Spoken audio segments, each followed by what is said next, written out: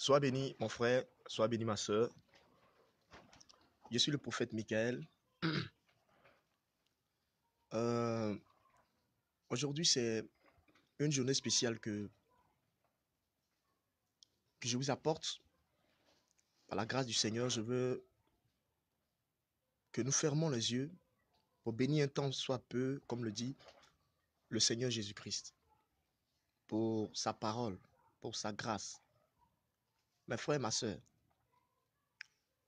nous allons fermer les yeux. Seigneur, merci pour ce moment que tu permets. Bénis ce moment. Permets que ce moment soit sous la conduite de ton esprit et que la chair éternelle de soit ôtée de nous au nom de Jésus. Amen. Ce matin, je suis là pour vous parler de notre nation, frère. Cela fait pratiquement quelque temps que l'Esprit de Dieu me montre beaucoup de choses au niveau de la nation. Et je voulais interpeller chaque personne, chaque chrétien, que l'heure est grave, que nous devons nous lever pour notre nation, parce que notre paix dépend de la paix de la nation dans laquelle nous sommes. Il y a beaucoup de choses que l'ennemi est en train de préparer. Il y a beaucoup de choses que l'ennemi est en train de préparer contre la nation. Et nous qui sommes enfants de Dieu, nous devons nous lever, pouvoir prier pour détruire beaucoup de choses, les bases démoniaques. Parce que l'ennemi veut poser des bases, des autels. Il veut, comment on appelle ça? Il veut réalimenter les autels pour voir encore plus régner. Frère, ce matin, je suis venu vous interpeller pour vous dire que l'Esprit de Dieu m'a révélé beaucoup de choses qui se passent dans le monde spirituel, qui sont en train de se préparer, qui sont déjà, je peux dire même prêts à se manifester physiquement.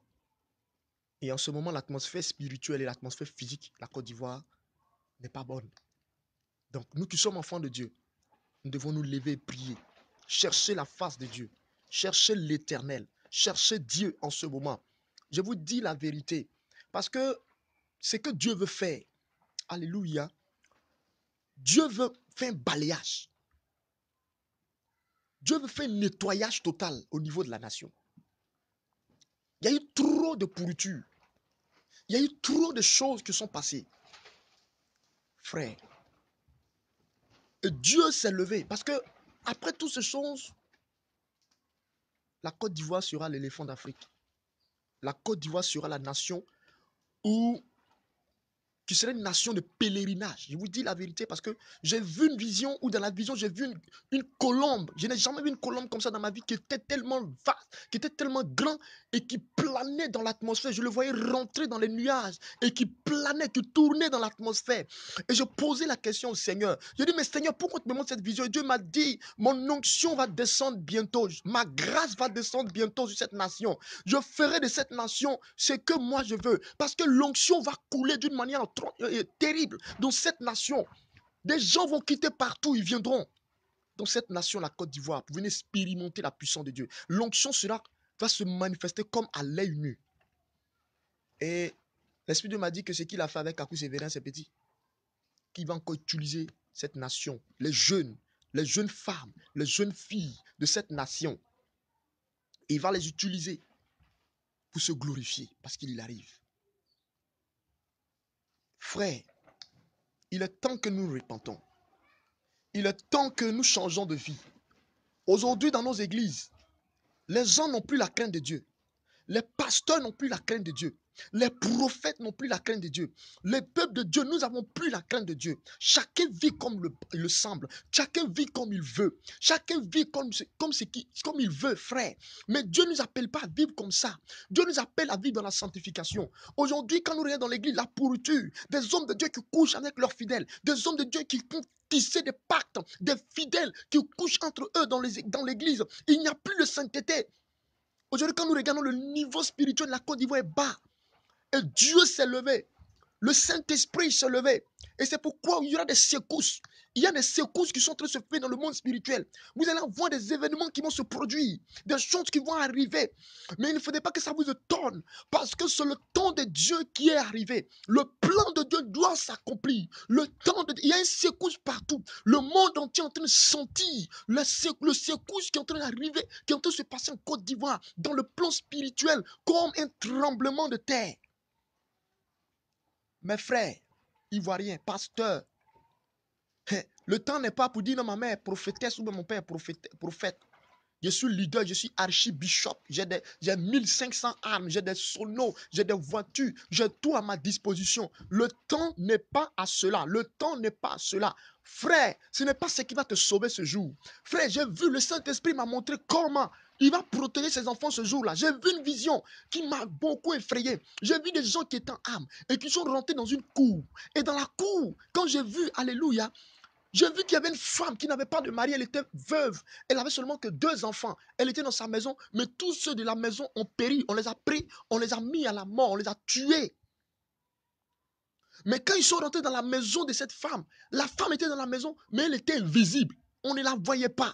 Et j'ai vu une écriture qui était sur la porte. Mais une écriture qui n'était pas physique, qui n'était pas une écriture de la terre. Mais je ne sais pas, c'était une écriture bizarre qui était posée sur les portes. Et quand tu... comment on appelle ça? Quand après tu vois un signe sur la porte, il faut aller d'abord à 2 km ou à 3 km pour avoir encore le deuxième signe. Et Dieu m'a dit qu'il faut que la nation se repente. Et j'ai compris que les anges ont déjà mis les marques sur les portes des véritables enfants de Dieu. De ceux-là même qui ont accepté Christ de tout leur être et toute leur vie. De ceux-là même qui ont accepté Jésus-Christ, frère. Mon frère, ma soeur, l'heure n'est plus à la débauche. L'heure n'est plus à vivre dans le péché. La vie que tu mènes, tu ne crois pas vraiment aux prophéties. Mais Dieu te laisse le temps à te repentir. Dieu te laisse le temps à changer de vie. Dieu te laisse le temps à changer de comportement. Mon frère, ma soeur, je te dis la vérité. D'autres ont fait des rêves, ont vu des choses terribles dans la nation dans leurs rêves depuis des temps. D'autres même continuent à le faire. Mais ils continuent toujours à vivre dans le péché. Frère, je te dis la vérité. Ta nation, tu dois te lever pour détruire les œuvres du diable.